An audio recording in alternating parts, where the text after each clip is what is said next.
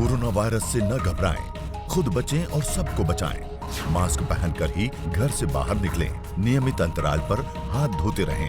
2 गज की दूरी का अनुपालन करें। भीड़ भाड़ वाली जगहों पर जाने से बचें। 45 वर्ष की आयु के ऊपर वाले व्यक्ति कोरोना वैक्सीन अवश्य लगवाएं। 18 वर्ष से ऊपर सभी व्यक्तियों का 1 मई से होगा टीकाकरण। दवाई भी, कड़ाई भी।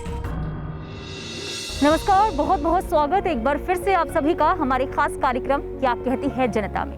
उत्तर प्रदेश के मुख्यमंत्री योगी आदित्यनाथ की सरकार ने बिना किसी भेदभाव के हर किसी के कल्याण के लिए काम किया है, जो हमें उत्तर प्रदेश के कोने कोने में देखने को भी मिल रही है। इसी हकीकत को जानने के लिए आज हम जायजा लेंगे देवरिया के रामपुर कारखाना विधानसभा क्षेत्र और सलेमपुर विधानसभा क्षेत्र का, और जानेंगे विकास को लेकर क्या कहती है जनता। आइए जानते हैं कि रामपुर कारखाना क्षेत्र में सुगम यातायात को किस तरह सुरक्षित और तेज रफ्तार दे रही है मजबूत सड़क। 35 करोड़ रुपए की लागत से रामपुर कारखाना क्षेत्र में पक्की सड़क एवं मजबूत सड़क निर्माण। पक्की एवं मजबूत सड़क के निर्माण से स्थानीय जनता को मिल रही है बेहतर आवागमन सुविधाएं। प्रदेश में जहां पर पहले हाईवे देश के अंदर सबसे बड़ी आबादी के बावजूद सबसे कम हाईवे थे, आज हम दावे के साथ कह सकते हैं हाईवे की संख्या और उसके किलोमीटर की संख्या भी प्रदेश के अंदर तेजी के साथ आगे बढ़ी है। क्या कहती है जनता कार्यक्रम में हम मौजूद हैं देवरिया के रामपुर कारखाना विधानसभा क्षेत्र में। इस क्षेत्र में उत्तर प्रदेश की योगी सरकार के द्वारा लगभग 35 करोड़ की लागत से सड़क का निर्माण किया गया है। इस सड़क की खास बात यह है कि ये रामपुर कारखाना विधानसभा क्षेत्र से होते हुए बिहार बॉर्डर को जोड़ती है। अब योगी सरकार के द्वारा आम जनता की सुविधा के लिए जो कदम उठाया गया है, इसे लेकर आम जनता क्या सोचती है, आइए उन्हीं से बातचीत करते हैं। उत्तर प्रदेश की योगी सरकार ने आम जनता की सुविधा के लिए, उनकी आवागमन को बेहतर बनाने के लिए जो कदम उठाए हैं, इसे लेकर आम जनता क्या सोचती है, आइए बातचीत करते हैं। हमारे साथ स्थानीय शख्स मौजूद हैं। आप ये बताइए, सबसे पहले जब आपके क्षेत्र में सड़क नहीं बनी थी, क्या क्या परेशानियां हुआ करती थी? देखिए, ये सिंगल रोड की सड़क थी और ये बिहार को जोड़ने वाली एक मुख्य मार्ग हुआ करता था, और इस रोड के ना बनने के कारण आए दिन लोगों को बहुत ही जहमत उठानी पड़ती थी। 35 करोड़ की लागत से जो ये सड़क बनी है वो एक जीवनदायिनी सड़क है देवरिया और बिहार को जोड़ने वाले मार्गों में। योगी सरकार को क्या कहेंगे? योगी सरकार को इस सड़क के लिए हम बहुत बहुत धन्यवाद देंगे। इस सड़क से बहुत ज़्यादा फ़ायदा है। इस क्षेत्र की जनता को जाम से सबसे पहले छुटकारा मिली है। फिर जो जाने में 2-2 घंटा 3-3 घंटा जाम लग जाता था, बीमार लोग बहुत हॉस्पिटल नहीं पहुंच पाते थे, एक्सपायर हो जाते थे। इस सड़क के होने से बहुत लोगों को जान बची है। योगी सरकार ने हमारे ज़िले में और प्रदेश का विकास किया है। हमारे ज़िले में ये सड़क बहुत बड़ी उपलब्धि का कगार है हम लोगों के लिए। हमारे साथ एक और स्थानीय शख्स मौजूद है। अब उन्हें इस सड़क के बन जाने से कितनी राहत मिली है, आइए उन्हीं से जानते हैं। बताइए, सड़क आपके क्षेत्र में बनी है, क्या फायदा मिला है? इस सड़क से हमको बहुत लाभ है। ये सड़क मौजूदा जिस सड़क पर मैं खड़ा हूँ, ये मिनी बाईपास है जो देवरिया से होते हुए बलिया पकड़ के बिहार को जोड़ती है, और इससे आने जाने में लोगों को काफ़ी सुविधा मिली है। दवा के संदर्भ में भी, चाहे व्यवसाय के संदर्भ में भी काफ़ी लाभ मिला है। इसलिए मैं योगी सरकार को बहुत बहुत धन्यवाद देना चाहता हूं। आपने देखा कि उत्तर प्रदेश की योगी सरकार के काम से तो काफ़ी खुश हैं, लेकिन हम आपसे कहना चाहेंगे जो अभी सिचुएशन हम और आप झेल रहे हैं, इससे घबराने की ज़रूरत नहीं है, बल्कि इसका सामना कीजिए और जो भी कोरोना को लेकर गाइडलाइन दी जा रही है उसका पालन ज़रूर करें। जैसे कि मास्क पहनना ज़रूरी है, नियमित रूप से हाथ धोते रहिए, सैनिटाइजर का उपयोग ज़रूर कीजिए, और जब भी आप घर से बाहर निकलें, भीड़ भाड़ वाले इलाके में जाए तो 2 गज की दूरी का ज़रूर पालन करें। आइए अब देखते हैं कि विधायक निधि के अंतर्गत रामपुर कारखाना क्षेत्र में जरूरतमंदों को किस तरह दिया जा रहा है नया जीवन। विधायक निधि के माध्यम से दिव्यांगजनों को बैटरी वाली ट्राइसिकल का वितरण। ट्राइसिकल के वितरण से जरूरतमंदों के सपनों को मिले पंख। दिव्यांगजन समाज में सम्मानित जीवन व्यतीत कर सके, इसे लेकर उत्तर प्रदेश की योगी सरकार कई तरह की कल्याणकारी योजनाएं चला रही है, और इस योजनाओं का लाभ दिव्यांगजनों को बखूबी मिल भी रहा है, जिसकी बानगी हमें देवरिया के रामपुर कारखाना विधानसभा क्षेत्र में देखने को भी मिली। हमारे साथ एक दिव्यांग भाई मौजूद हैं, जिनका सहयोग किस तरीके से योगी सरकार बनकर आए हैं, आइए उन्हीं से बातचीत करते हैं। आप सबसे पहले ये बताइए, योगी सरकार के द्वारा आपको क्या मदद मिली है? जी, हमको पेंशन मिलता है और बैटरी वाला गाड़ी मिल गया है, अच्छा है। क्या आपके जीवन स्तर में सुधार आया जब से आपको ट्राईसाइकिल मिली है? जी, बहुत आया है। क्या परेशानियां हुआ करती थी जब आपके पास ट्राईसाइकिल नहीं? पहले मैं बैठ के मतलब चलते थे, बहुत दिक्कत आती थी, लेकिन अब ठीक है। अब किस तरीके से सहायता मिली है ये बताइए, ट्राईसाइकिल मिलने से जीवन स्तर में कैसे बदलाव हुआ है, जी। क्या क्या सुविधाएं अब आपको मिल रही जी है? अब इस साइकिल से मैं अपने दुकान के सामान लाकर बेचता हूँ। बहुत मतलब सही हो गया है सब कुछ। क्या कहेंगे इसके लिए योगी सरकार को? जी धन्यवाद देते हैं। आइए अब जानते हैं कि रामपुर कारखाना क्षेत्र में क्षेत्रीय संपर्क में किस तरह सहायक बन रहा है नवनिर्मित पुल। रामपुर कारखाना क्षेत्र में पुल के निर्माण से स्थानीय जनता को मिली बड़ी राहत। नवनिर्मित पुल के कारण रामपुर कारखाना क्षेत्र की कनेक्टिविटी में हुआ बड़ा सुधार। हम इस वक्त मौजूद हैं देवरिया के रामपुर कारखाना विधानसभा क्षेत्र में, जहां पर योगी सरकार के द्वारा लगभग 35 करोड़ की लागत से पुल का निर्माण किया गया है। अब इस पुल के बन जाने से किस तरीके से रामपुर कारखाना विधानसभा क्षेत्र की तस्वीर बदली है और लोगों को किस तरीके से राहत मिल रही है, आइए बातचीत करते हैं।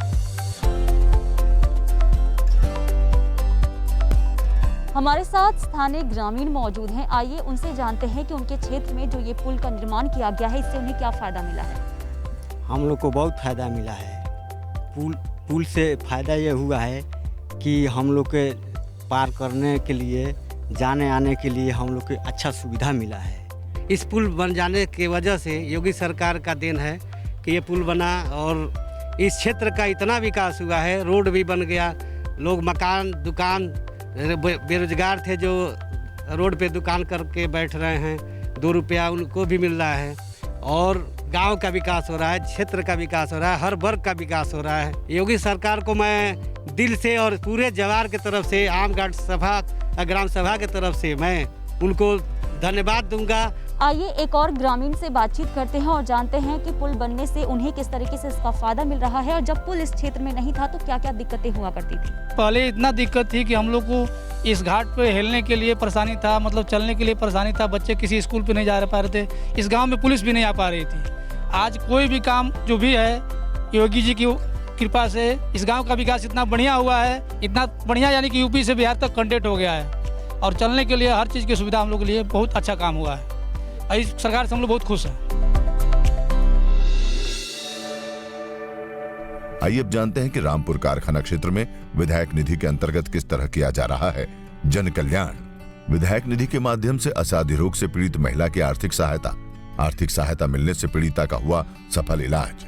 मुख्यमंत्री योगी आदित्यनाथ प्रदेश के ऐसे मुख्यमंत्री बन गए हैं जिन्होंने इलाज में सबसे ज्यादा खर्च किया है, बल्कि इसकी सच्चाई भी दिखाई दे रही है, जो हमें देवरिया के रामपुर कारखाना विधानसभा क्षेत्र में भी देखने को मिली। हम इस वक्त मौजूद हैं एक ऐसे परिवार के बीच जिस परिवार में एक महिला के असाध्य रोग से पीड़ित होने का जब पता चला तो वो पूरी तरीके से इलाज करवाने में असमर्थ थे।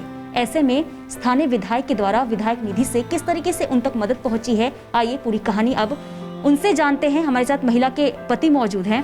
पता चला हमारे पत्नी को असाध्य रोग है तो हम विधायक जी के पास पहुंचे तो विधायक जी बोले आप डॉक्टर से एस्टिमेट बनवा के लाइए, तो लेके गए तो विधायक जी द्वारा हमको मदद मिला 50,000 रुपया विधायक निधि से हमको पैसा मिला और वो पैसा हमको पत्नी के ऑपरेशन में काम आया।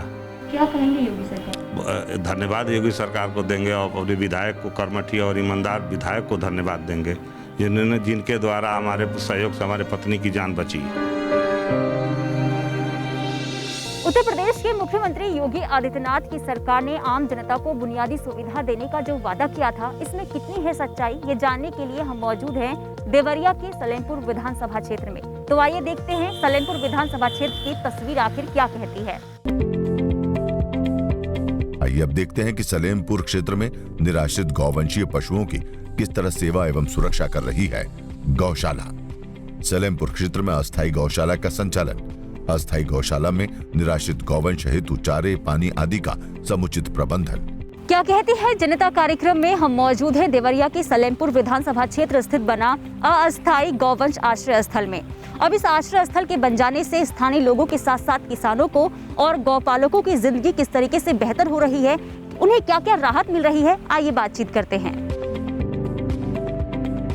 हम इस वक्त मौजूद हैं देवरिया के सलेमपुर विधानसभा क्षेत्र स्थित बना गौ आश्रय केंद्र में। हमारे साथ इस गौशाला की देखरेख करने वाले अंजनी कुमार सिंह मौजूद हैं। उनसे जानते हैं कि इस गौशाला में कितनी गौवंश हैं और सरकार की तरफ से किस तरीके से मदद दी जा रही है। गौशाला में 33 गौवंश है और सरकार की तरफ एक बछड़े पर 20 रुपये हमको मिलता है। गौवंशों को भूसा, चोकर, गुड़ और नमक हम लोग खिलवाया जाता है। और जितने बछड़े मान लें नुकसान करते हैं, गाय खेती होती किसानों को नुकसान करते हैं, उसको हम लोग पकड़ कर ले आकर गौशाला में बंद करते हैं, खिलाते पिलाते हैं। आइए अब गौ पालकों से भी बातचीत कर लेते हैं और जानते हैं कि गौशाला बनने से उन्हें किस तरीके से फायदा मिला है। गौशाला खोलने से हम लोग को एक लाभ हुआ है कि हम लोग को रोजगार मिल गया है। पहले क्या दिक्कतें होती थी? पहले बहुत दिक्कतें होती थी, जाना पड़ता था लेबर चौक पे 2-2 घंटा 3-3 दिन 4-4 दिन खोजने पर भी नहीं मिलता था, कभी कभी मिलता था। इस गौशाला के बनने से आपको किस तरीके से लाभ मिला है? हमको लाभ मिला कि हर सुविधा मिला है, हम गौ का सेवा करते हैं। पहले क्या दिक्कतें होती थी? दिक्कत यही कि हम कबाड़ धबाड़ का धंधा करते थे, चलता था नहीं चलता था, अब समय से भोजन रोटी मिलता है। क्या कहेंगे योगी सरकार को? धन्यवाद। यहाँ पे 33 गोवंश हैं और लगभग 2,500 वर्ग फुट बना हुआ है। और ये माननीय योगी जी का प्रोजेक्ट है। इसमें बछड़ों को जो सड़कों पे रहते थे उनको ला करके यहाँ रखा जाता है। जो सड़कों पे घूमते हैं या खेतों में किसानों का फसल नुकसान करते थे, उनको यहाँ पर ला कर रखा गया है। आइए अब जानते हैं कि सलेमपुर क्षेत्र में महिला सुरक्षा एवं सशक्तिकरण में किस तरह अहम भूमिका निभा रही है महिला हेल्प डेस्क। सलेमपुर क्षेत्र में मिशन शक्ति के तहत महिला हेल्प डेस्क का संचालन, शिकायतों के निस्तारण के लिए महिलाओं की हर संभव सहायता कर रही है महिला हेल्प डेस्क। हम इस वक्त मौजूद हैं देवरिया के सलेमपुर विधानसभा क्षेत्र स्थित सलेमपुर कोतवाली में, जहां पर महिला हेल्प डेस्क की स्थापना की गई है।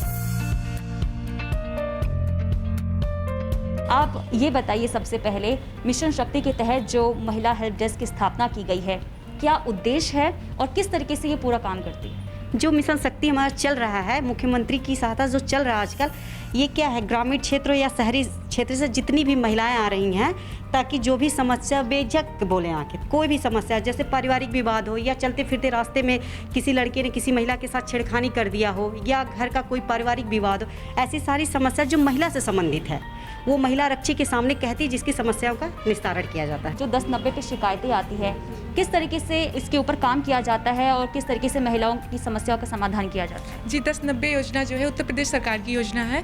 इसमें अगर किसी महिला को कोई भी बाहरी व्यक्ति परेशान कर रहा है, फ़ोन के माध्यम से उसको डिस्टर्ब कर रहा है, तो उसकी पहचान को गुप्त रखते हुए उसकी समस्याओं का समाधान किया जाता है।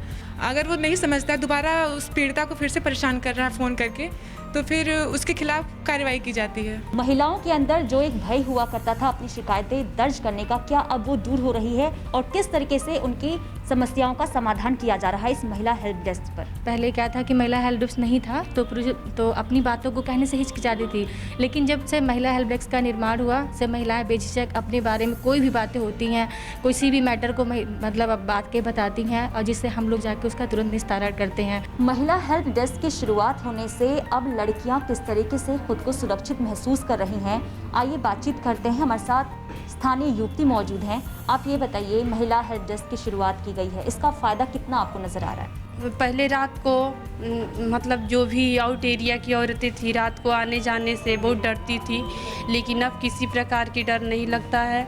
कभी भी कहीं भी आने जाने में बहुत ठीक रहता। हमारे लिए सुविधा सुरक्षा किए हैं और ये महिला जो हेल्प डेस्क है इसको बनवाए हैं, इसके लिए योगी सरकार को धन्यवाद। जेंट्सों से हम लोग खुल के बात अपनी नहीं रखते थे, महिलाओं से हमें ये हम लोग को फ़ायदा है कि कोई भी बात अपना खुल करके महिलाओं से कह देते थे। क्या कहेंगे इसके लिए योगी सरकार? इसके लिए अपने सरकार को बारंबार धन्यवाद देते हैं।